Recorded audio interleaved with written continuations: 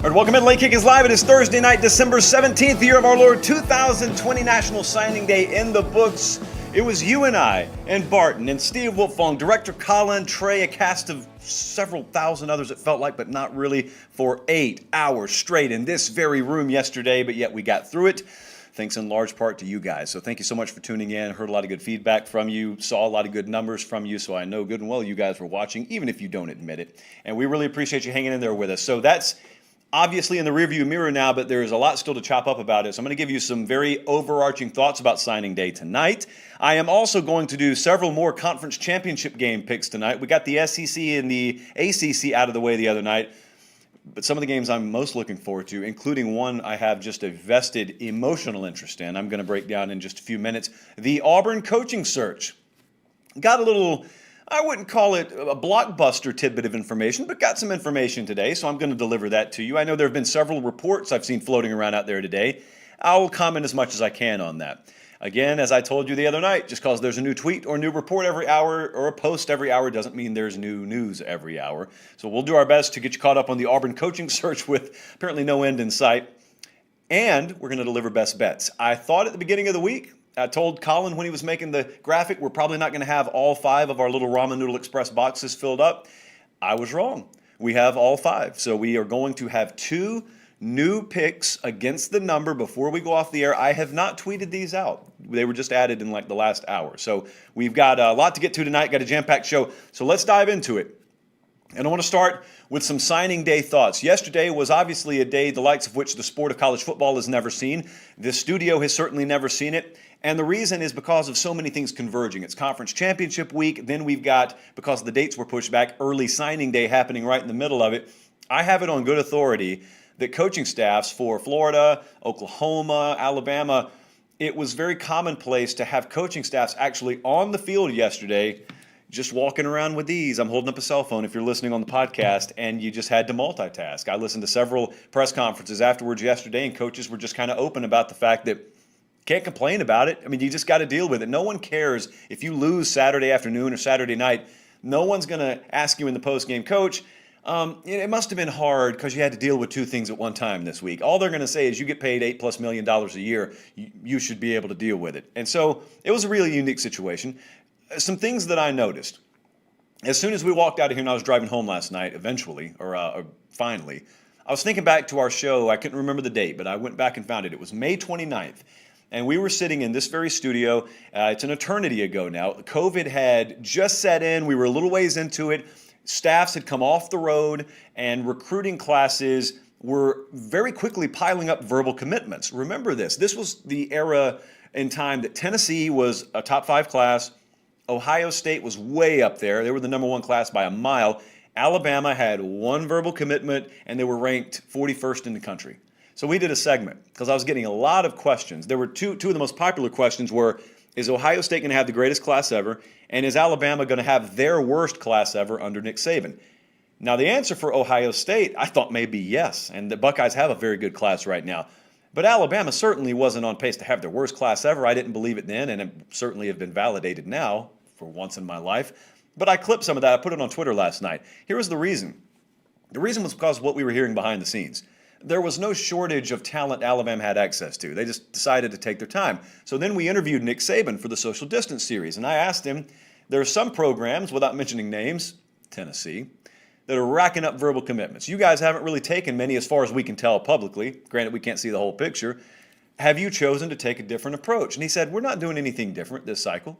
Essentially what he said is, you'll see. Find me in December. You'll see. So, yesterday arrives.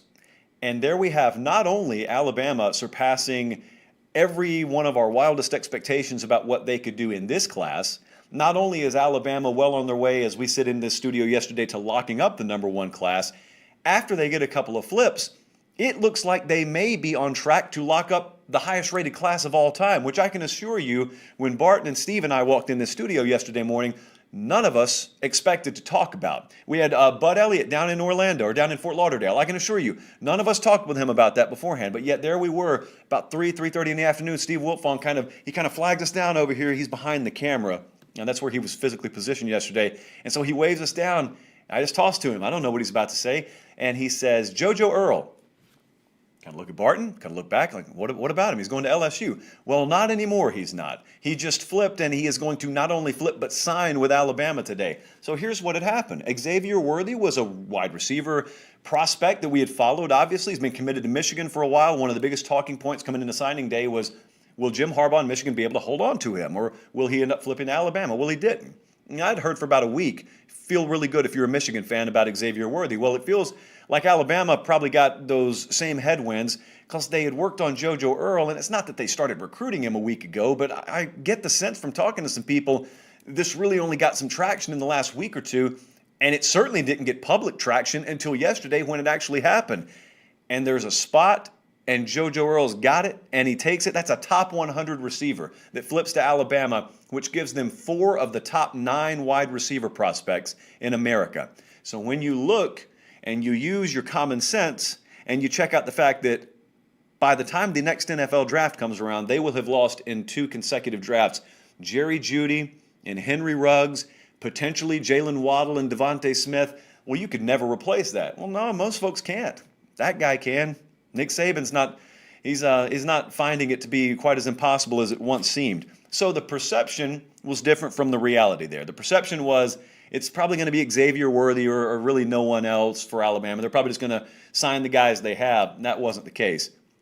The other thing that I found really interesting for their class is they had 24, and all 24 are early enrollees, which I think is the first time they've ever done that. So that's obviously a benefit. Ohio State, this is a phenomenal class for the Buckeyes. I just can't believe anyone other than them has the number 1 class in the country based on what it felt like in the spring. And it's not a knock to Ohio State. Like, they've gotten a vast majority of the talent that they looked to be in the lead for or be in the running for. It's just Saban and Alabama have been that good. But Ohio State, it's really fun to watch them if you don't have to play them, if you don't have to compete against them. Because I've felt for a while now, they're not even recruiting against other programs in the Big Ten. Like yesterday, we had so many opportunities to talk about Ohio State on the signing day show. I cannot remember off the top of my head, Colin. I don't think, though, that we ever once talked about Ohio State versus any team in the Big Ten. We didn't talk about the comparison between Buckeyes Wolverines. We didn't talk Buckeyes Nittany Lions. We didn't even talk about it. I think it's a waste of time to do it. It's just the supreme amount of respect I have for them. They know, Ryan Day knows. And so, again, let's use perception versus reality again. That was kind of a common theme when I was kind of undressing yesterday. The perception for Ohio State is, why are they so rabid and intense about this recruiting deal? Like, they're number 1 by 100 miles in their conference. That's true. That's not how Ryan Day views his program, though. He doesn't view himself, whether he tells you or not. He knows that their chief competition coming into the year is not Michigan, it's not Wisconsin, it's not Penn State, it's no one in their conference. It's Alabama. That's who they're competing against. It's Clemson. That's who they're competing against. And with all the talent that they get on campus, he knows it doesn't matter if we beat Rutgers into a coma. It doesn't matter how many touchdowns we beat Michigan State by. That doesn't matter. We stack up all this talent just to be able to compete. Like, you've got to have an insane amount of talent just to be put on a neutral field with the big boys and be under a touchdown underdog. Like, Notre Dame's got a really, really good team. They're a 10.5-point underdog to Clemson Saturday. That's a really good team. That's ranked 2. They're ranked number 2 in the country right now. Whether you believe it or not, they are. So Ryan Day understands we stack all this talent up. We get every 5-star we possibly can just to make sure that we're in a good position when we play Alabama or Clemson, because the difference in those games are fractions. Just fractional differences between winning 30-27 and losing 31-28. He knows that. Everybody at Ohio State gets it, and it's really fun to watch, again, if you don't have to play them. Perception versus reality, part 3. You can go to Michigan and LSU. I viewed them as being in the same boat yesterday in terms of maybe theme, because the perception from a casual college football fan had to be very puzzled watching yesterday unfold. The casual football fan sees Michigan struggling on the field. The casual football fan sees LSU just cratering, last week notwithstanding, obviously, on the field.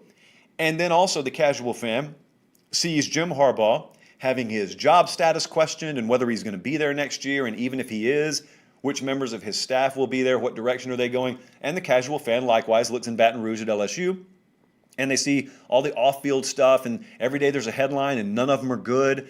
And so the casual fan has to think, who in their right mind would want to be associated with these programs?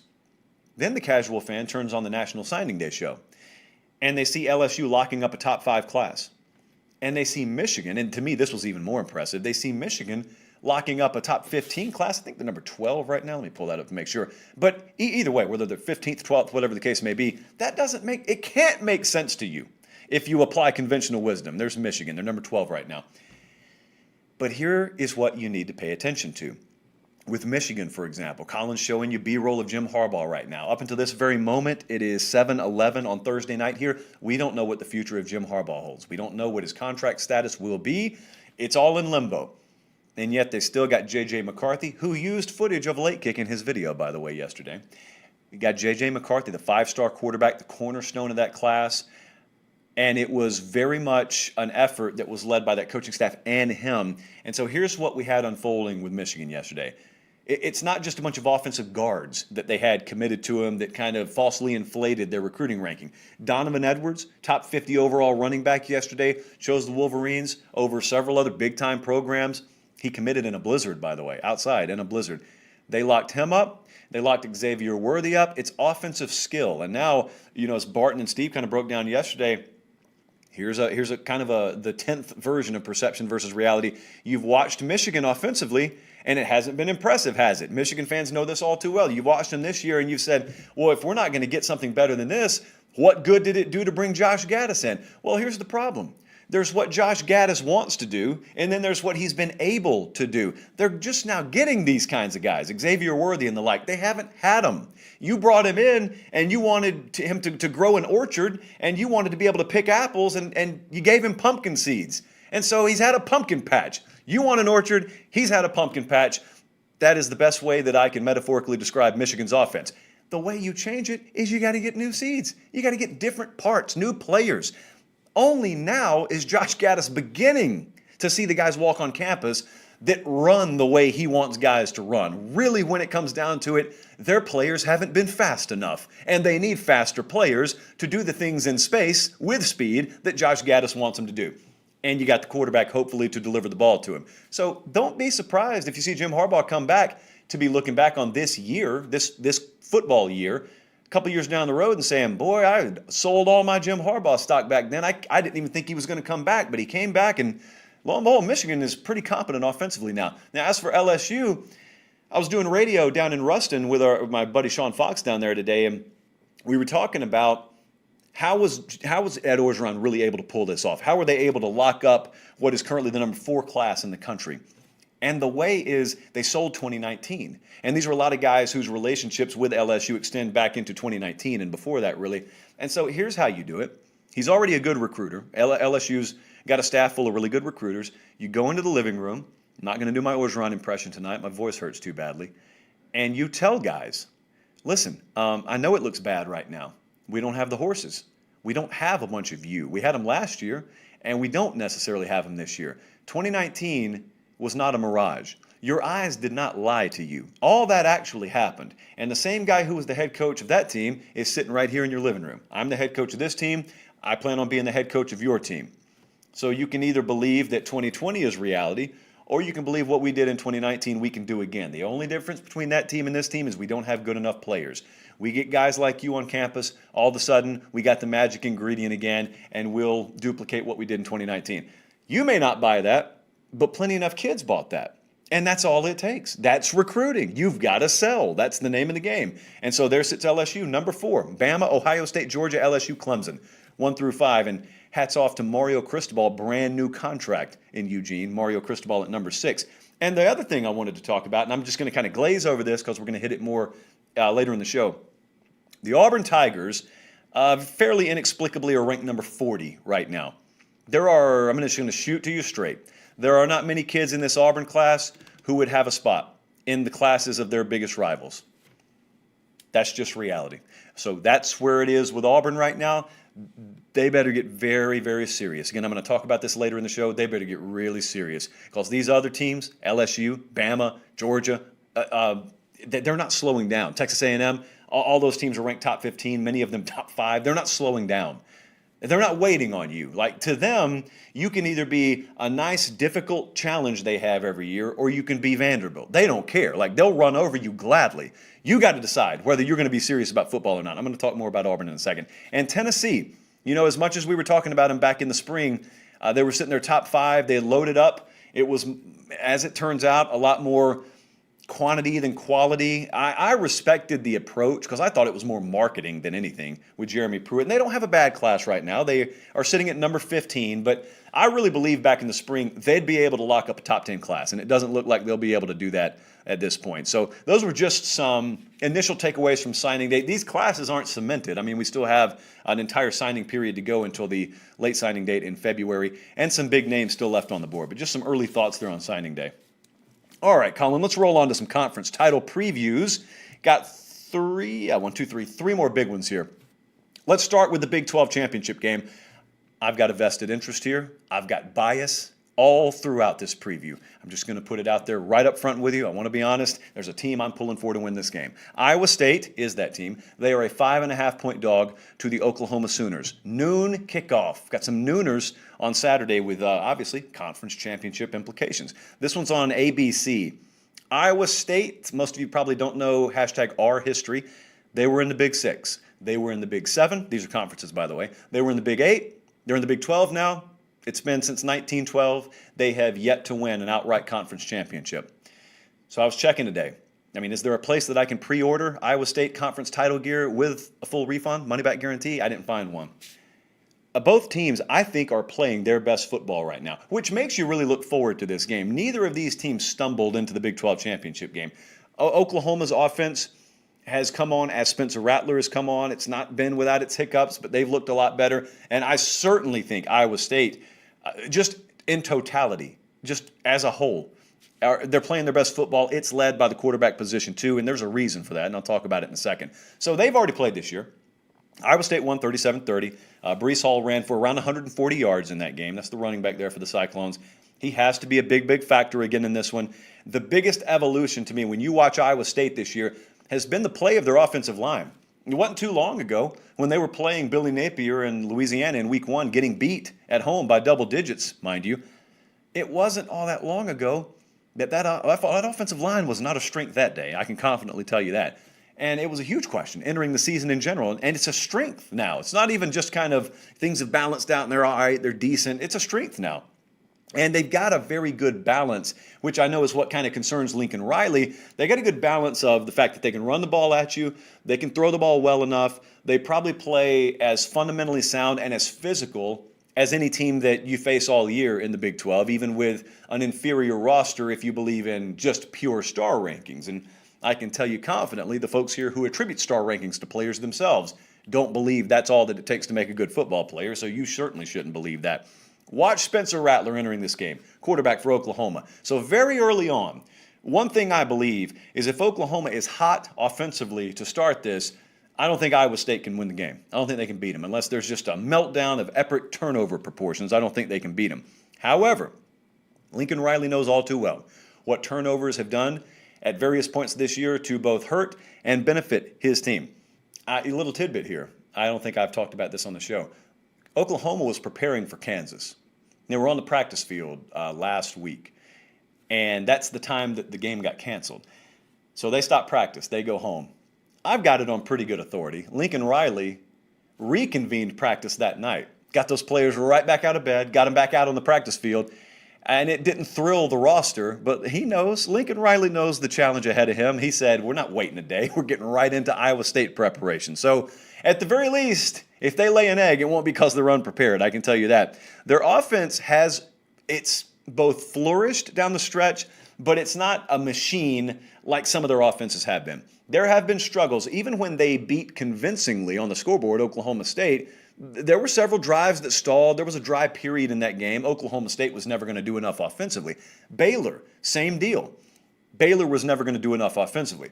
Iowa State can do enough offensively, I think, to make this a much closer ball game. And Iowa State feels for all the world like the matchup that will ultimately let them win this game is the fact that they feel like they have an advantage, their offensive line versus Oklahoma up front. They feel like they can disrupt all day. They feel like even if you have a running back now that you didn't in the first go-around, they feel like they can throw off timing and rhythm enough to where they can stand up physically to Oklahoma and they can take advantage offensively, maybe like Baylor and Oklahoma State can't. I didn't have Colin do game capsules. I will tell you that as the line is 5.5 on this one, our numbers are a lot shorter. And because of that, and because, as I told you, I have a vested interest here, just a strong bias towards the Cyclones, we're going to take Iowa State to cover, and I'm going to also take Iowa State to win.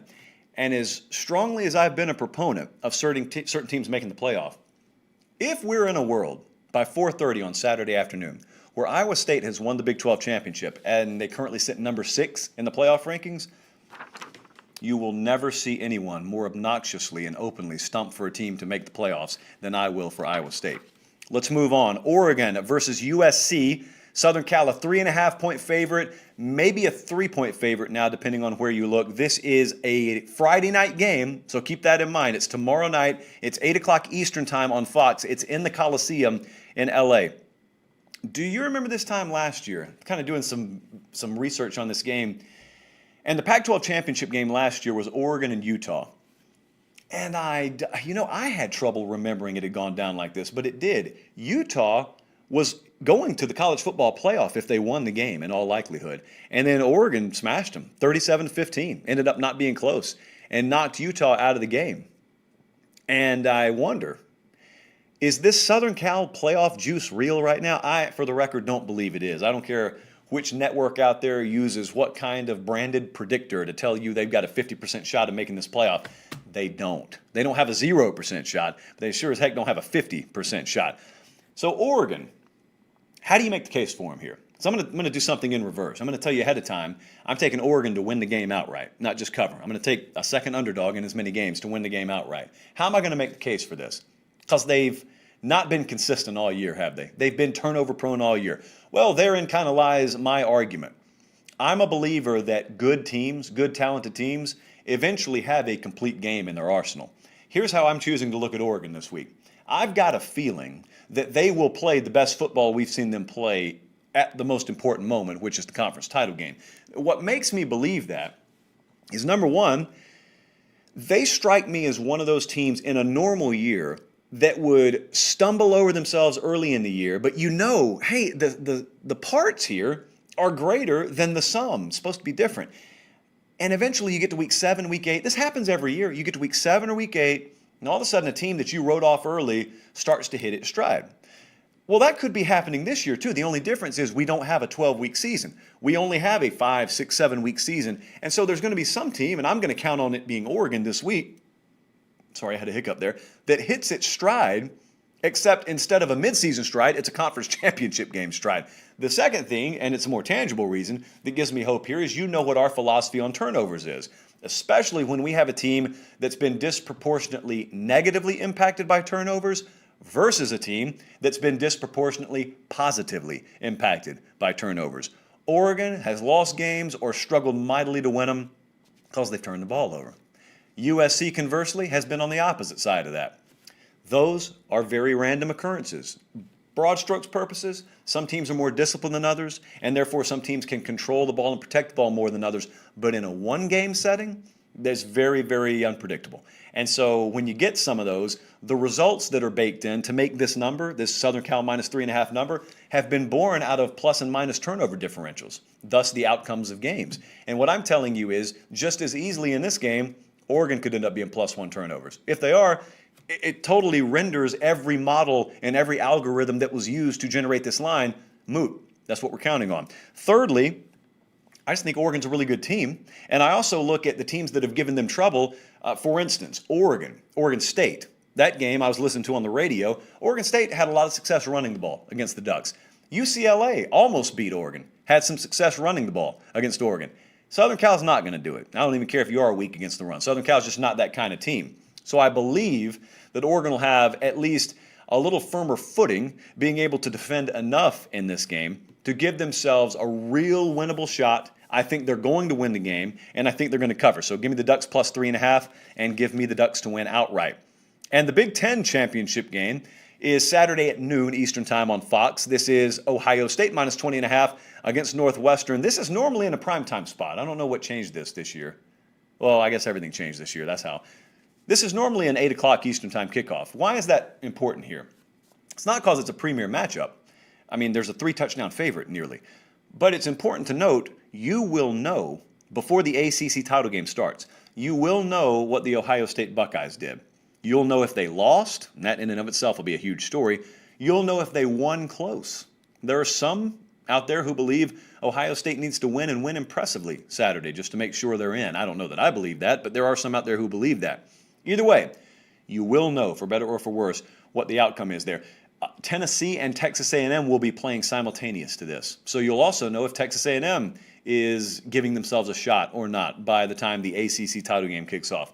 So I tried to make a path for Northwestern in this game.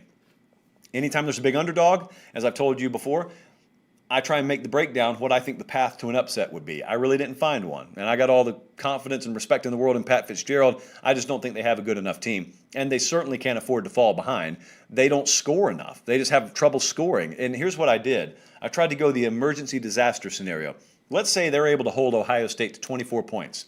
I strongly doubt they will be able to. But even in that best case scenario, I couldn't find 25 points for Northwestern. Unless there's a meltdown, again, of turnover proportions, and there's no skill in predicting that, I just don't think it's there. I've heard the reports, just like you guys may have, or rumors, I guess we should call them, like you guys have today, about potential COVID issues for Ohio State. Maybe Chris Olave, maybe not. Listen, if he doesn't play, let's just assume he's not playing. This prediction remains the same. I'm going to take Ohio State to win. I don't have a strong feel on the line. Our numbers think it's right in line with what we believe the outcome will be, but I'll take Ohio State minus 20.5.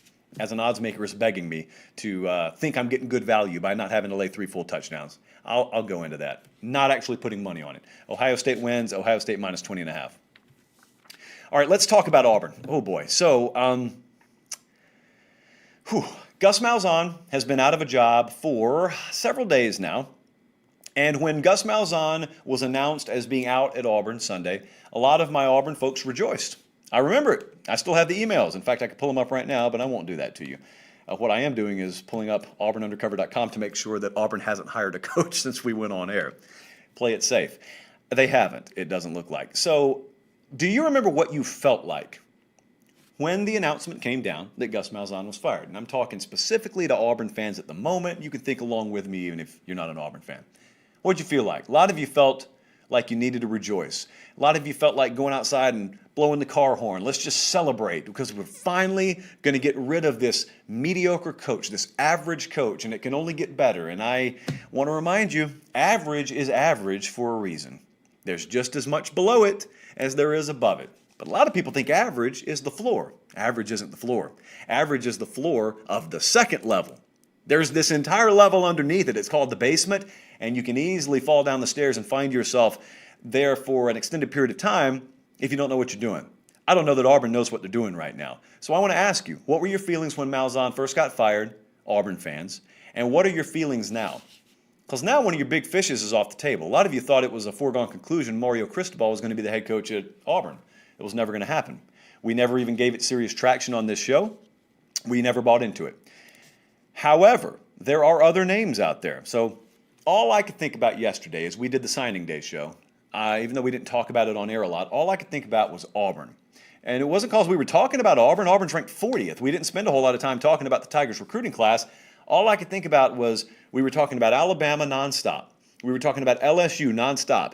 We talked about Georgia a fair amount. We talked about A&M.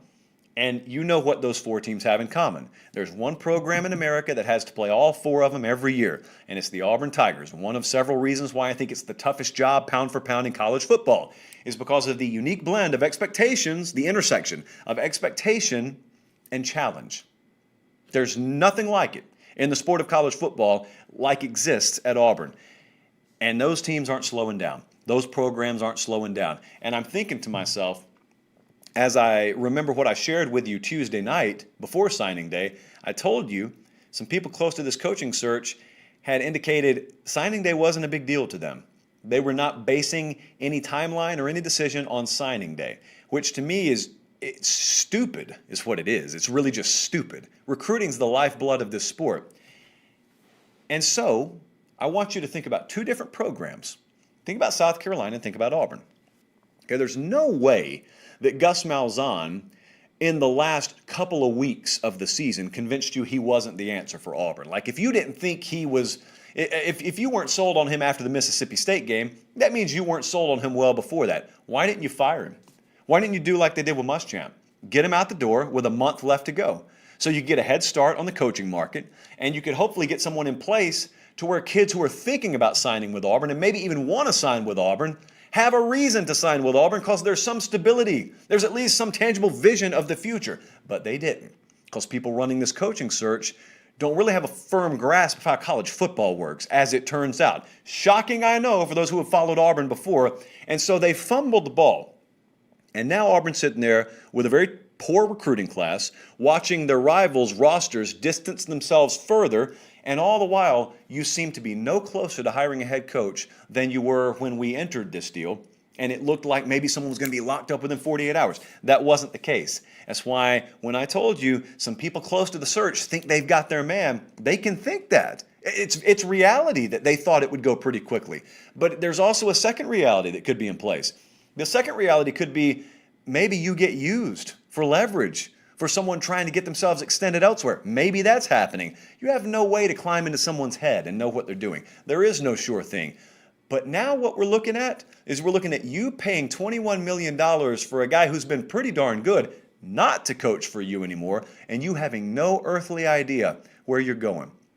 If Kevin Steele is hired as the head coach at Auburn, they will revolt. A lot of the fan base will revolt, and I don't blame you one bit. Like I've told you before, there's some folks who make fun of fans for being overly passionate. I don't. I don't. First off, I appreciate the fact that because you feel that way, a company like 24/7 or CBS sees fit to pay me money to sit here and talk about this stuff because you're interested enough. I appreciate that. I know I wouldn't even be able to do this without you. So I've never been arrogant enough to think otherwise. But also, I grew up in the South. I grew up near Auburn. I understand why they feel the way they do. They value that place. A lot of them went there, obviously, or you got family that went there. You value the product. You value Auburn. You value what it represents, and therefore you value the football program as being a symbol overall of what you believe Auburn to be. And you invest in it financially. You invest emotionally. And yet you got a few folks who have been successful in other walks of life, but have never made a dime in the football world, thinking they're experts in the football world because their money and their other ventures have bought them access to the world of football. And now they're running a search, and instead of running it successfully, they're running it into the ground. And you're going to be left with the product. And if the product is, for example, Kevin Steele, I got no problem with Kevin Steele. I think he's a phenomenal coach. Is he qualified to lead a program? One of the 10 or 15 best in America. Is that what Kevin Steele's resume, is that what that 9-36 head coaching record would tell you he's ready to do? I don't think so. You don't think so. You've spoken out against it, and I don't blame you whatsoever. So I don't know which direction Auburn's going to go. I just know they better get serious really, really quick because Bama, Georgia, LSU, A&M, they're not slowing down. They are getting further and further distance from you in the horizon, and they're not slowing down. You can either keep up, or you can be a speed bump for them 4 times a year on the football field come fall. I hope I've been clear there. Let's talk about the Ramen Noodle Express. You know, sometimes I get worked up over this stuff. I have zero interest in Auburn. Like this stuff, it's not going to impact me one way or the other, but I know a lot of you guys watch the show. And so I know how you feel, and it really aggravates me sometimes to see things mismanaged. Because you got folks who really have no business being involved in something. So I've said as much as I can say.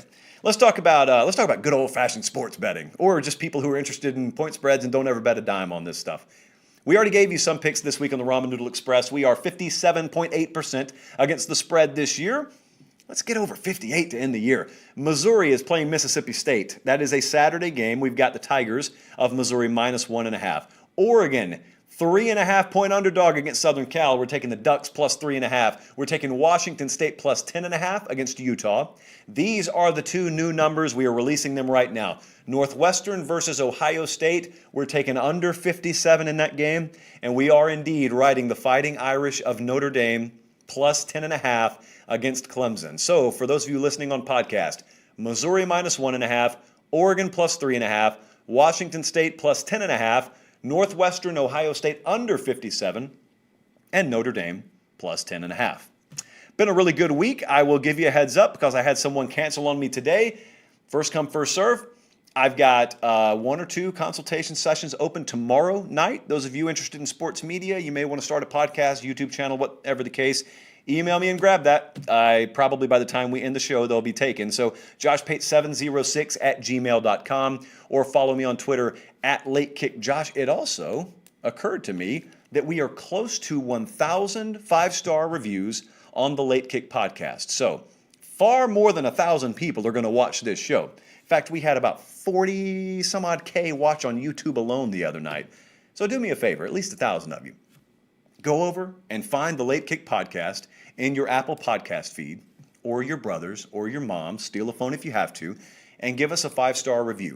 Get us over 1,000. It's been one of the goals of ours all year. One of the very few result-oriented goals we have around here. We have that Nick Saban attitude, process over prize, until it's December 17th and New Year's is on the horizon and we want to get 1,000. So give us a 5-star review on the Late Kick podcast. Several of you already have. Thank you so much for that. And with that, it's time for Director Colin and I to go hibernate for pretty much the entire weekend. So for Director Colin, for myself, for producer Jordan on the podcast side of things, thank you so much for making this a very, very good week for us. Looking forward to a weekend full of great games. I'll see you back here Sunday night. Until then, have yourselves a great rest of your evening and God bless.